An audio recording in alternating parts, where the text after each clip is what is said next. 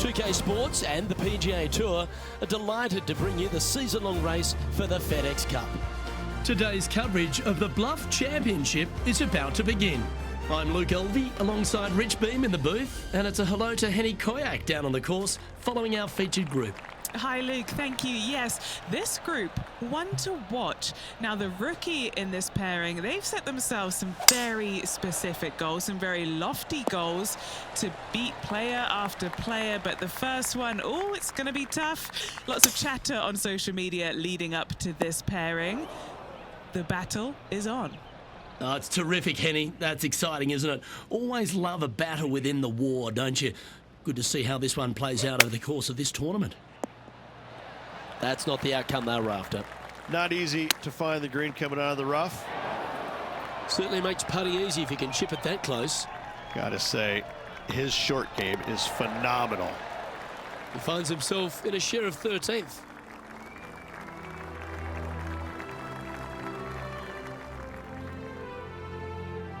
One of our on-course reporters, John McCarthy, has been out surveying the scene here in preparation for today's broadcast. John, what are some of the things the players will be looking out for today at Craggy Heights? Well, Luke, I think one of the first things the players are going to be looking at is really, literally, the shapes of these fairways. They are laid out in a way that often there are little pockets of fairway the players can hit to, and if they do end up safe, they can really open up options on their approach shots, but they're going to have to be confident in their swing to reap those rewards. Another thing to watch for are holes like the 5th, where the fairway narrows significantly the further out you hit your tee shot.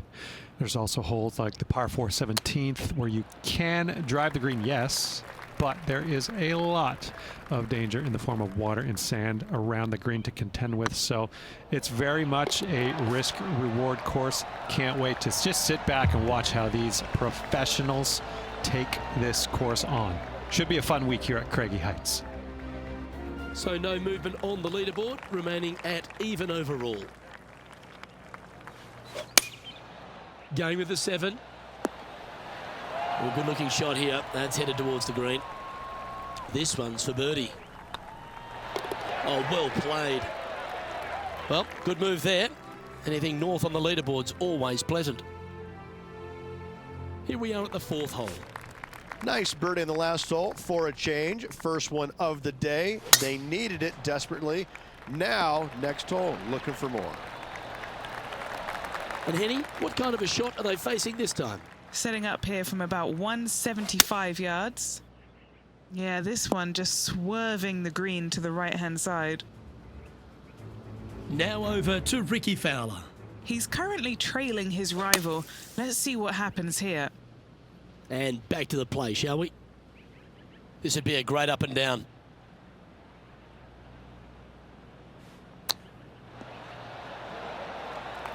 Oh, wonderfully played chip shot. Judging it beautifully. I don't mind the look of this. Now, nice to make a mid-range par putt. Got to say, putting this well from this distance is a huge confidence booster. Just 2 shots back after that hole.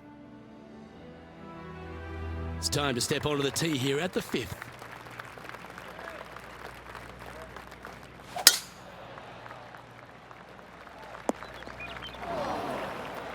Henny, how's that ball lying? They'll have to channel their inner Severiano Ballesteros here. This needs good hands. And here we are with the 3rd shot. One extra club required to this elevated green. And here we are with their 4th. Just a couple back from our leader. Pretty good chance here. This one's for par.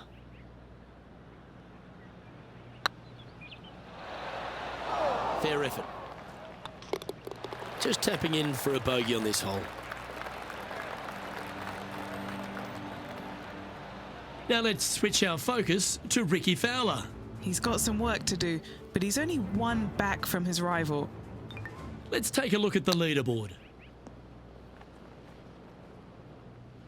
The leader now has a one-stroke advantage. Let's see what happens here on the 6th.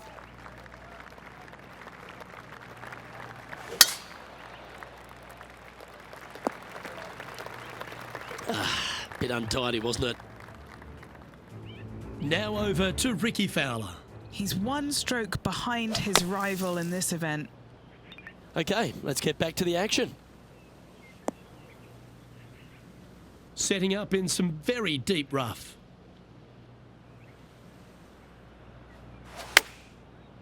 Oops, this one's headed for the rough. That's a tad wayward. Not quite finding the surface. Not taking enough club to get it there.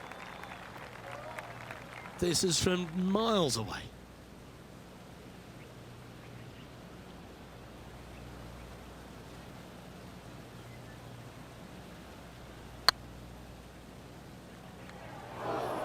These putts really add up at the end of the day, right on 12 feet. Some damage limitation. This one for a bogey.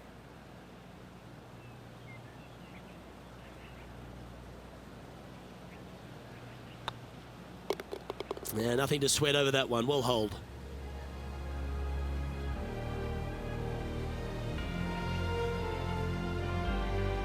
Sitting at a couple over for the day. And coming off a double bogey, you'd imagine their heads down a bit. Time to just clear that from the mind.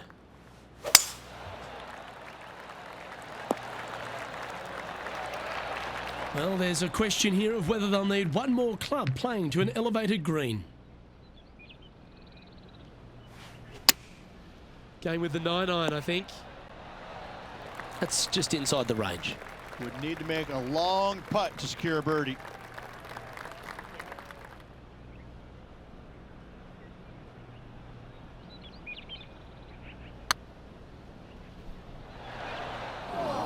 Well, that's a bit disappointing. And there it is. Sitting at a couple over for the event. Moving up the leaderboard. I like it. Here we find ourselves at the dramatic 8th hole at Craggy Heights, a par 3 playing 198 yards from the back tees. Look, probably one of those picturesque par 3s on this golf course, if not the one. Obviously, coming up shy is a huge no-no with water lurking there. You're going to see most players hit it deep into the green. Anywhere in the heart of the green really is just fine. Walking off with a par here is just dandy. So no change on the leaderboard for this player after that hole.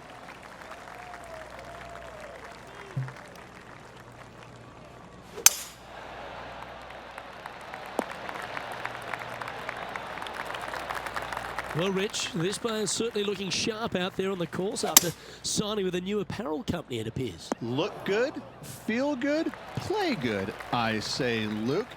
I say clothes make the man, clothes make the woman, clothes make the player in this instance. I think it's always a refreshing change when you go to a new apparel company, because I think it just gives you a sense of giddiness, like it's something brand new and you take it out for a spin. I always like getting, new clothing, new apparel to wear out there on the golf course. I don't know, it just kind of invigorated me. Gave me some energy. It made me feel, bigger and taller and faster and stronger.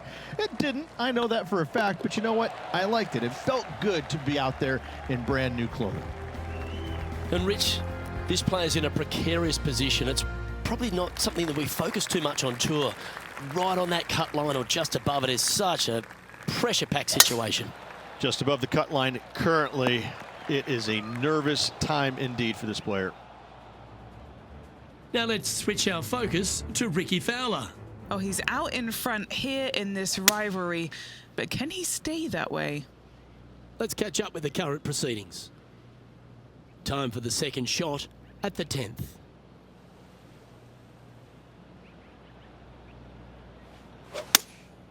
Going with the 6-iron here. Oh, that's a great approach shot. Henny, you've had the chance to have a look over this one? He's got 10 feet here. I think he likes it. He's got this to tie with Ricky. Now 6 strokes back after that hole. And coming off the birdie, they'll be proud of themselves, a chance to keep it rolling. Choosing the 9-iron here. Trying to get it to move a little bit to the left here. Little chance to sneak inside top 20 in the standings here with this putt.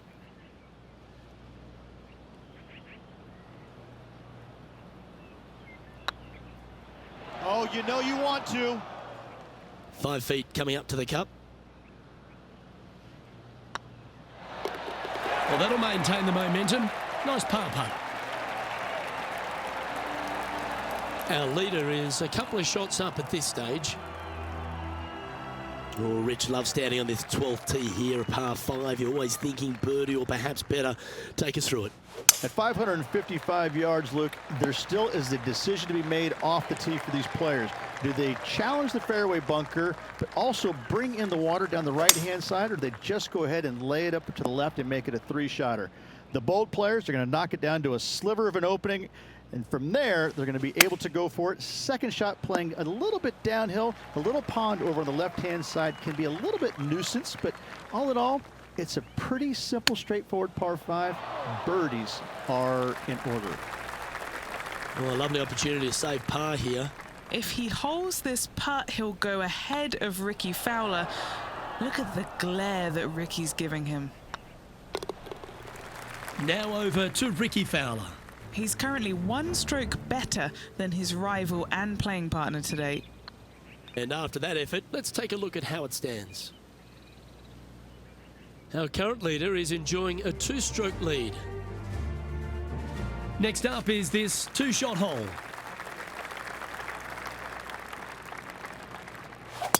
Okay, let's get those 2 important things back, timing and tempo. And Henny, what's he facing with this one? I'd say he's about 165 from this flag. Unable to find the green on this one. Come out of the rough, your distance control gets off.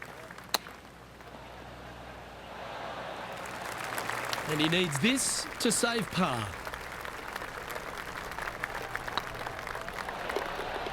Well hold. Now let's switch our focus to Ricky Fowler. It's been neck and neck. He's actually tied with his rival. This is tough. Can he do it? And now we can take a look at how that play affects the leaderboard. Our leader is a couple of shots up at this stage. Next up is this par 4 hole.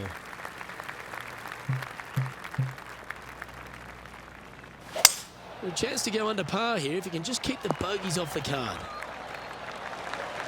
Second shot here on the 14th. Going with the 5-wood. Not bad. And this putt is for birdie 3 on the scorecard.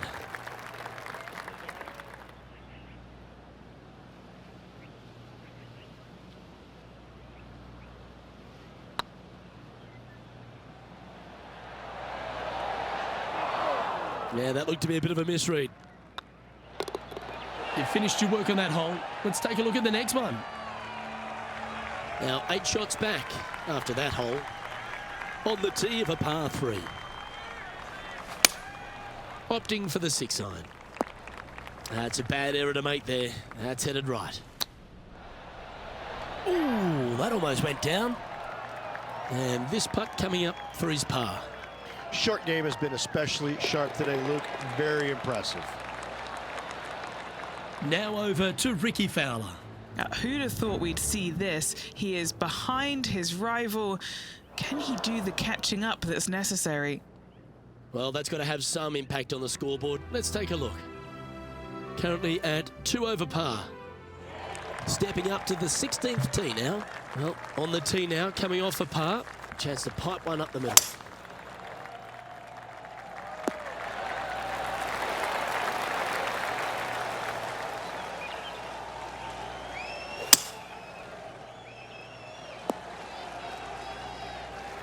Pretty good shot there.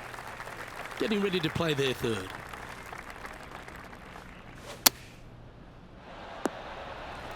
Now that looked pretty good the whole way. Standing over this one, and it's a very long putt.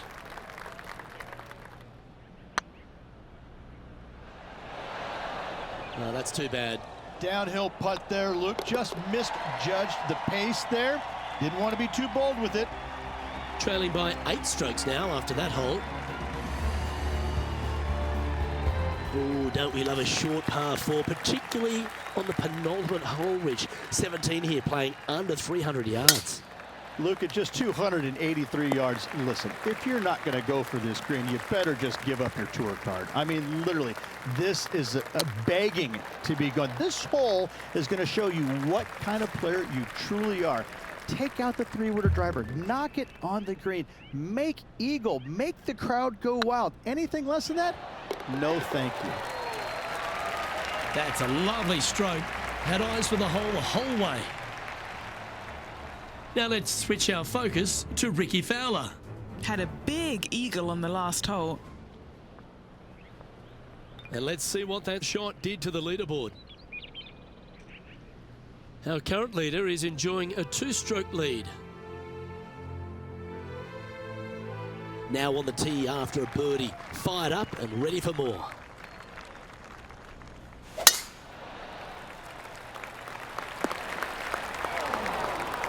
And Henny, what's he looking at here?